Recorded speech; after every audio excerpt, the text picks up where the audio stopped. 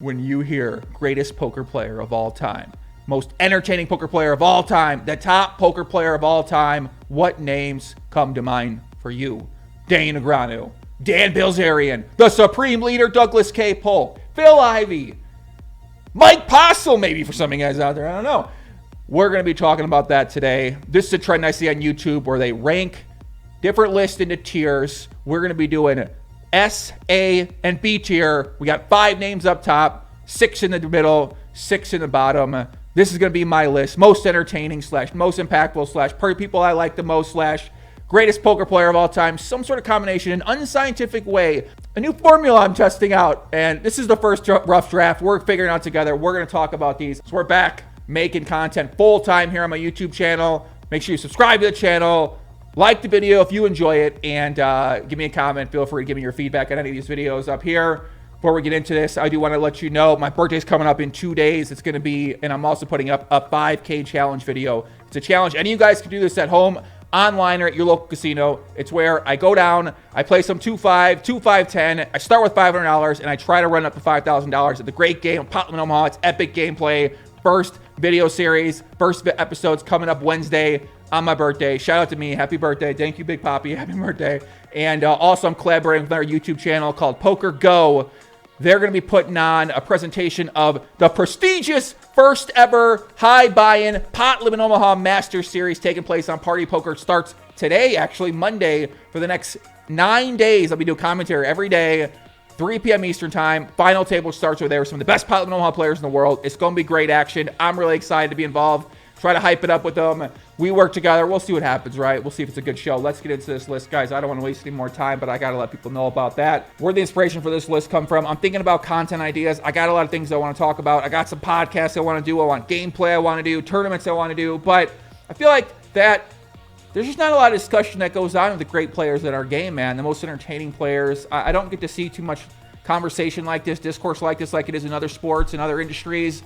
There was a great list Remco put up on Twitter maybe about a month ago, you know, quarantine all blends together, and he talked about who his top players are. So I want to go through my list, right? Like I said, no specific qualifications, but first we're going to start here with Phil Ivey. If you guys don't know Phil Ivey, you're watching the wrong video, because Phil Ivey's one of those well-known poker players of all time. He's been known one of the most feared guys, kind of quiet at the tables. He was a crusher at live, played some of the highest stakes of live cash. I believe he still does. We don't get to see too much from him anymore, unfortunately. Shout out to whiskey. We got our whiskey here, guys. Whiskey and edibles, Las Vegas. That's what it is out here. So Phil Ivey, right? I mean, this dude's a fucking legend, right? He's got the whole Baccarat scandal going on, you know? Did he cheat? Did he not cheat? We don't know. We're not the fucking jury around here, right? We did make a great investigation video. That's coming one day, I promise. I made a video on the Baccarat case, and I promise you it'll be out one day. Phil Ivey, poker player. I mean, listen, dude. Top online player, right? Crushed full tilt poker. Has the bracelets. Has the reputation. The people in the community, the hardcores love him. The fans love him. I love him too. We're ranking him S tier. I think Phil Ivey, S tier, right? I mean, this is going to be tough, guys. We got some pretty heavy hitters on this list here. I'm a little nervous to see who I got in the top 5. Next up here, Negreanu, kid poker himself. One of the biggest poker ambassadors that's still active in the game. He's still trying. He's got his YouTube channel. He's working with GG Poker. They got the World Series coming up. Negreanu does his World Series poker video blogs. Obviously, a legend of the game. We've all seen his masterclass ad about, I don't know, 800 million times, right? The first thing you gotta understand is whatever you do at the table conveys information, right? We already know whatever we do at the table conveys information. If we're drinking and we got a drunk girl passed out behind us while we're at the poker table, you guys know who you are. We're gonna know you're a bad player. Okay, listen, no great player has ever brought a girl to sit behind him at the poker table and let her pass out. That's not the sign of a great player. It's the sign of a fucking degenerate. That's neither here nor there. Okay, I mean, seriously, they are, right? So Negreanu, right? I mean, listen, this is a legend of the game, right? You remember the World Series clips, right? Just sick reads. He put you on the hand, he'd call anyway. Remember the quads when he smacked the table? How do you do something like that, right? I mean, just a legendary guy of the community. Obviously got some issues, right? You know, the whole Poker Stars thing. He was representative when they, got rid of Super Elite, raised the rate, kind of really changed the landscape of poker. But Negreanu, S tier for me. He's got to go up there. I'm not going to say who I'd rank ahead or not, Ivey and Negreanu, but we're going with that. Next up, we got the legend, Bill Galfond, fresh off winning the first Galfond challenge that I covered here on my YouTube channel. We had a bunch of podcasts with him. If you want to check those out, if you're interested in the Galfond Challenge, where he challenged a bunch of people in the world, heads-up matches, made an epic comeback. He just won another one against Action Freak as well, too. Another top Potland, Omaha player online. Phil Galfond started Run It Once, the poker site, right? Started Run It Once, the training site, right? Very active member of the community, dating back to maybe 2006, 2005. Played on High Stakes Poker, played on Poker After Dark, has World Series of Poker bracelets, been playing the highest stakes for as long as I can remember. I've been in poker 13 years, played millions of hands, talked with hundreds of players, had long-form conversations with many, many of the greatest players in the game, the history of the game, on my YouTube channel here. I rank this guy, Phil Galfond, man, one of the top guys, right? I got this guy as one of the legends of the game for me, right? This is an easy S tier. We only have bid 5 in here. I'm getting actually kind of worried right now. Yeah, man, he's an S tier for me. Okay, next up, the Supreme Leader, my man Doug Polk, you know, Mr. Retired, we're trying to impeach the mayor, we're trying to evict the mayor, he's trying to recall the mayor of Vegas. You guys ain't seen that YouTube channel, this video on his old new YouTube channel. You know, my man Doug, listen, man, what can you say about the guy, right? One of the top poker YouTube channels in the world. Millions of views on there. Attracted many players to the game. Created his training site, Upswing Poker, as well. Debatably, at one point in time, the best known home player online at the heads up format. Debatably, he would say he was. I would debate it, of course, because we could debate anything. And then he would disagree with me. Doug Polk, obviously, Mr. Shotfire, right? Machine Gun Man. He never met a guy who wanted to take more shots at people in his life. We probably have, right? Doug Polk, I mean, listen, top player, tournaments, won the one drop there, went to Rhino afterwards, celebrate that. Not really a celebration. Doug's getting a little older now, you know. When you're maybe younger, it might have been a different celebration at the Rhino after a bracelet celebration. But Doug now, he's moving into like married man mode, you know, not this girl. And yeah, man, maybe, you know, withdrawing from that public life a little bit here. Doug Polk, S tier. Okay, this isn't gonna work. So we got 4 in our S tier, guys. Okay. Next up, we have debatably the most popular poker player in the entire world, Mr. Dan Bilzerian himself, who I believe he's kind of retired from poker. Now he's moved on to more business. I know when he started his Instagram, listen, I got a hidden theory that I think Dan Bilzerian is one of the greatest poker players of all time, in that he realized if you're famous, you get to play in some of the softest games you'd ever imagine. Like for me, right? I wouldn't say I'm famous in poker, right? To maybe a small, very small amount of people, right? And I get invited to some games with players who they're just not professionals, right? I'm not saying there maybe I'm not aligned on these games, but I get invited to some amazing games just because people seem to want to play with me. It doesn't really make much sense to me, but that's the case. Dan Bilzerian realized that this was the case back when he started his Instagram page. That's why he started it. He started it knowing he would be posting a bunch of pictures of chip stacks, talking about gambling, talking about girls. He would attract the fucking degenerate gamblers that wanted to come play with the famous guy who had a lot of money to blow. He talks about this in interviews. This is what for my research, this is what I'm seeing. I'm seeing a guy who was like, you know what? Game selection is the most important thing. I know that if I get my face out there, known as a poker player, and I position myself this way for myself or my brand, that I'm not only going to meet a lot of hot chicks, and he likes hot chicks, but he's also going to be able to play against some terrible poker players and crush them, which he's talked about. We don't know. Only allegations. People in the scene say it's true. Dan Bilzerian, he's going on the second tier, right? With all that said, and it's a theory, right? I'm not sure, you know, a lot of people disagree. A lot of people seem to don't like the guy. They say he got his money from somewhere else, right? I'm not checking his fucking bank accounts like you guys are. I don't know where the transfer came from or came in. He's an A tier for me on here, just because, I mean, he's not really in the poker community. He's a poker player. He's known as a poker player, but he's not really a part of our community.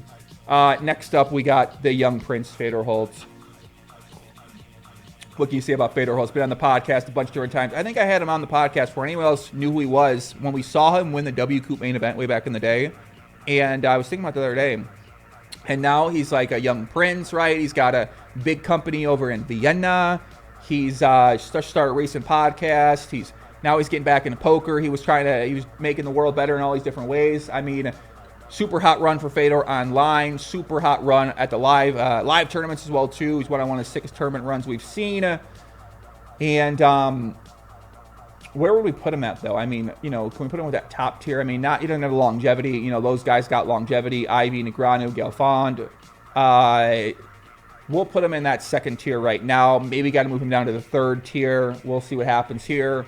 We got some heavy hitters on this list. By the way, this isn't everyone on the list. This isn't all the best players in the world. It's just names that I grabbed and I'm including on here. So next up, we got Lex Veldhuis. Lex is one of the most popular Twitch streamers right now. Just set a Twitch poker record for most concurrent viewers during the great Scoop event that PokerStars put on. I'm going to be doing some breakdown gameplays of some of those final tables as well. At one that Lex was at too when he was streaming it. Great gameplay with that.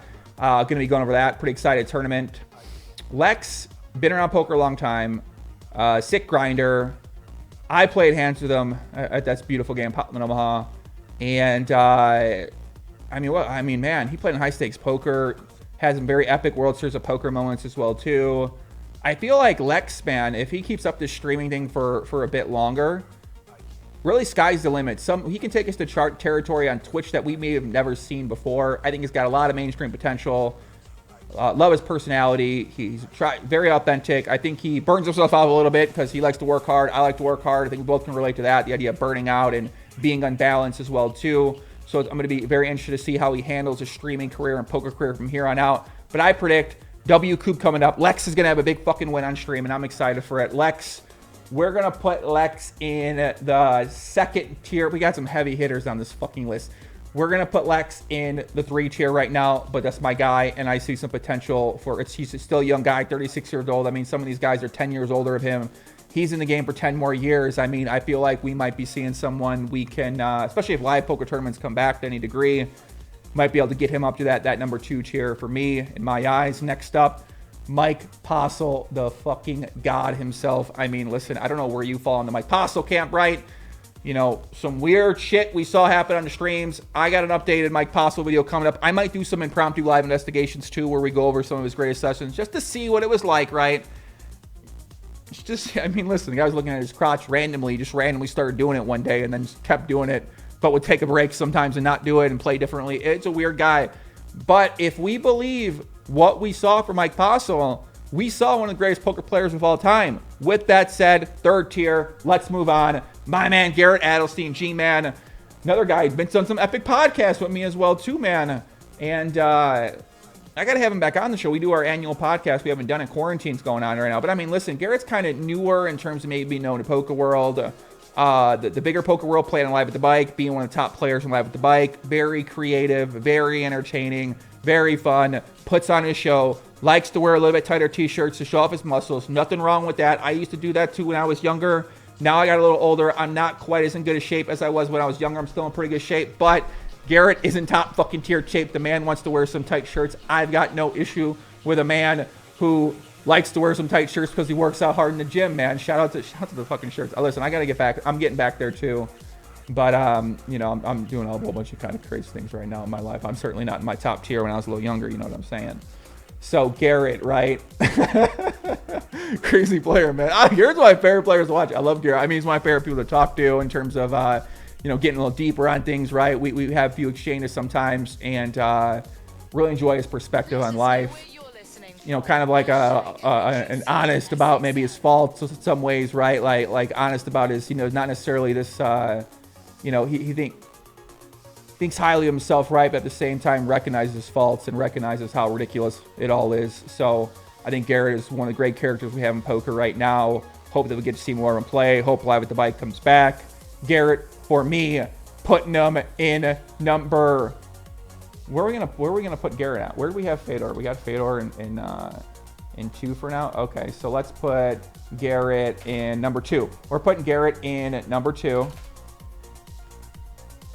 Okay, we got Garrett 2. Okay. All right. Next up, Tom Dwan. I mean, what can you say about Tom Dwan? This dude's a fucking legend, right? One of the first online poker phenoms we've ever seen, playing on full tilt, battling anybody. Tom Dwan, DURRRRRR, you guys remember him? If you remember back in the day, if you guys are old enough, you're not young enough, do your research. Tom Dwan, legend in the game, battled everybody at Nolan Hold'em, battled everybody at Portland, Omaha. Unfortunately, he did the DURRRRR challenge when the full tilt poker incident was going down, when full tilt poker went down from Black Friday.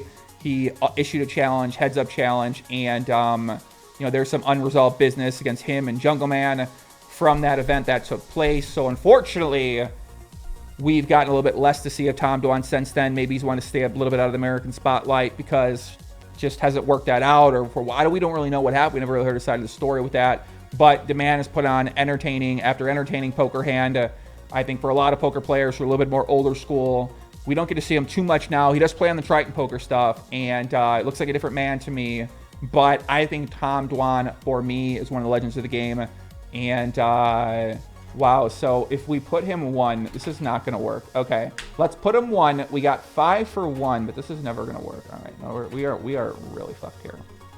Well, how are we going to do this? Okay, so next up is Phil Hellmuth, the poker brat. I think he has the most poker bracelets anybody in the entire world in the history of the game. Wow, what do we do here? This is too sick.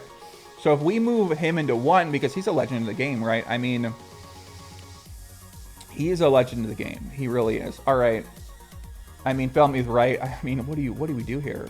Do we put him 1? Who do we bump down? I'm gonna be showing heavy favorites if I keep Doug Polk number 1, aren't I? Hellmuth's got the longevity. You know what? We're gonna bump Doug Polk, the supreme. You know what? We're bumping Tom Dwan to 2.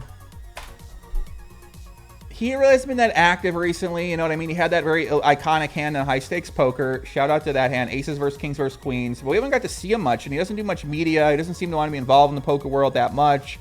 Triton poker guys get him on content because they have a better relationship with him out there. So maybe that's what it is. He just spends all his time out there. Man, he still plays a lot. You know what? I'm giving him 1. Fuck that. We're going to put Doug to 2 right now. But it's close. I mean, I don't know. Doug, millions of views. Man, this is real tough, but I think Tom Dwan,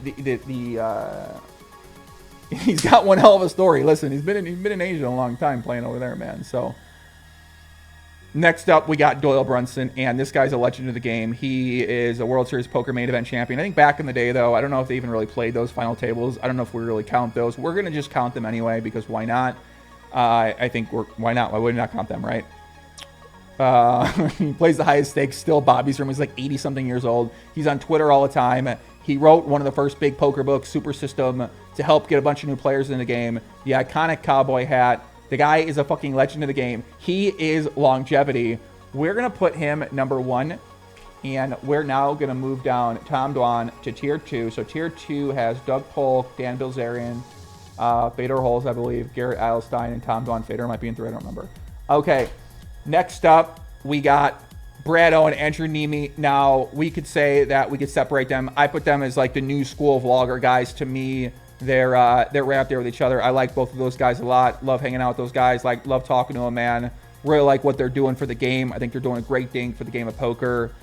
Putting out great vlogs consistently, high quality vlogs, and doing a lot of meetup games, bringing out 20-some tables. I mean, it sucks with the coronavirus now. Hopefully they're doing meetup games online and trying to bring that community together, because I think these guys are some of the next great ambassadors for our game of poker in terms of, right, just being nice guys that work hard, that are good at the game, that are trying to get better, that are trying to do good things for their community, that are trying to do the right things.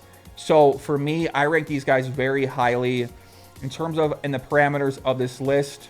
We're going to put them number 3, but I think if we just because they don't have the extended factor, right, in terms of the poker accomplishments, right, professional poker players in their own right, been playing a long time and been around the game for a long time too, and certainly nothing to scoff at because a lot of people try to make it and can't make it. So these guys have made it for a longer period of time, but they're competing against some high stakes fucking monsters on here. I mean, listen, we got Phil Ivey on the list, okay? You know, who knows what that guy's been doing? Phil Ivey, right? All right, move on. Jason Somerville. Run it up, Twitch stream, one of the first original OG Twitch streamers, a Twitch streaming god when he started up. He had a good 3-year run, I believe. There really inspired me to get into the YouTube content game as well. I rate him fairly highly. Started up the Run It Up series. They do live series in Reno. I think they did one in New Jersey. He was sponsored with PokerStars for a while. Certainly a Twitch god during his moment, but if we got Lex in 3, I feel like we got to put Jason in 3 as well too for right now. So. Plus that tier 2, right? We got a lot of heavy hitters in there. And oh, I forgot 2. We're putting 6 in. Never mind. We'll have to go redo it. Okay. So Stu Ungar. Now we have a guy who is not really known to newer school. He was like a legend back in the day, known as one of the first aggressive guys Weary's a massive degenerate. You guys know we got love for degenerates around here. It is poker after all. We're not looking for the sweetest of sweethearts of all time. So Stu Ungar, where would we rank Stu Ungar? Kid Stu. What do they call him? Kid Stu. I don't fucking know what they called him. I mean, what was his nicknames? Stu the Kid. I think his name was the Kid. Stu the Kid. I like that. We'll go Stu the Kid. I don't know where to put this guy, man. I feel like I'm going to disrespect the old school old timers if I put this guy in 3. You know, I just don't know much about him. I don't know anything about the guy. I'm putting him in 3. Not saying he's not a legend in the game. I'm just saying I'm putting him in 3. I can't help myself here. So Chip Reese is up next. Chip Reese has the 50K Players Poker Championship World Series event. Very prestigious event. All the top players play that. They have the hit name after him. He's regarded as one of the top players. He's not with us anymore, unfortunately. I don't know much about Chip. I just hear very highly of him from the respected players in there. In terms of the parameters set for today, I don't know much about him. I think he's a legend in the game. I think I need to get to know more about him, and maybe he moves up my list in the future. We got these for benchmarks. I'm going to put Chip Reese in... I'm going to put him in 2 out of respect for the legendariness of him and maybe some legendary out-of-line things. And then last but certainly not least, we got the Hashtag King. If you don't know Hashtag King, he came and had a drink and a cigarette for a little bit of time in the poker world. And as fast as he came, fast as he went away. I'm not sure why he's on this list. I'm going to fire my producer, who is actually myself. And I don't know. Again, I really don't know how fucking Hashtag King on the list. But we're going to put him in 3, and we're so happy about it. So, reviewing here, we got Ivey, Negreanu, Galfond, Hellmuth, Doyle, Brunson in that top tier. Close spot, Doug Polk, Dan Bilzerian, Garrett, Adelstein, Fedor, Holz, and Chip Reese in number 2, Tom Dwan. And then number 3, we got, let's see, we got Lex Veldhuis, Brad, Owen, Andrew Nemee, Jason Somerville, Stu Ungar, the Hashtag King, and Mike Postle. Can you imagine a fucking weirder collection of names than those ones right there in terms of poker? That is one strange 6 to 7 sum that I would not ever consider putting together again in any sort of other context in my life except for this video. So that's it, guys. If you enjoyed the video, let me know. Let me know your comments, let me know your thoughts, and that's what I got. Take care. Much love. If you liked the video, if you enjoyed it, subscribe for more. We got more content coming up. Peace out. Take care. I'm gonna get ready to go to bed soon.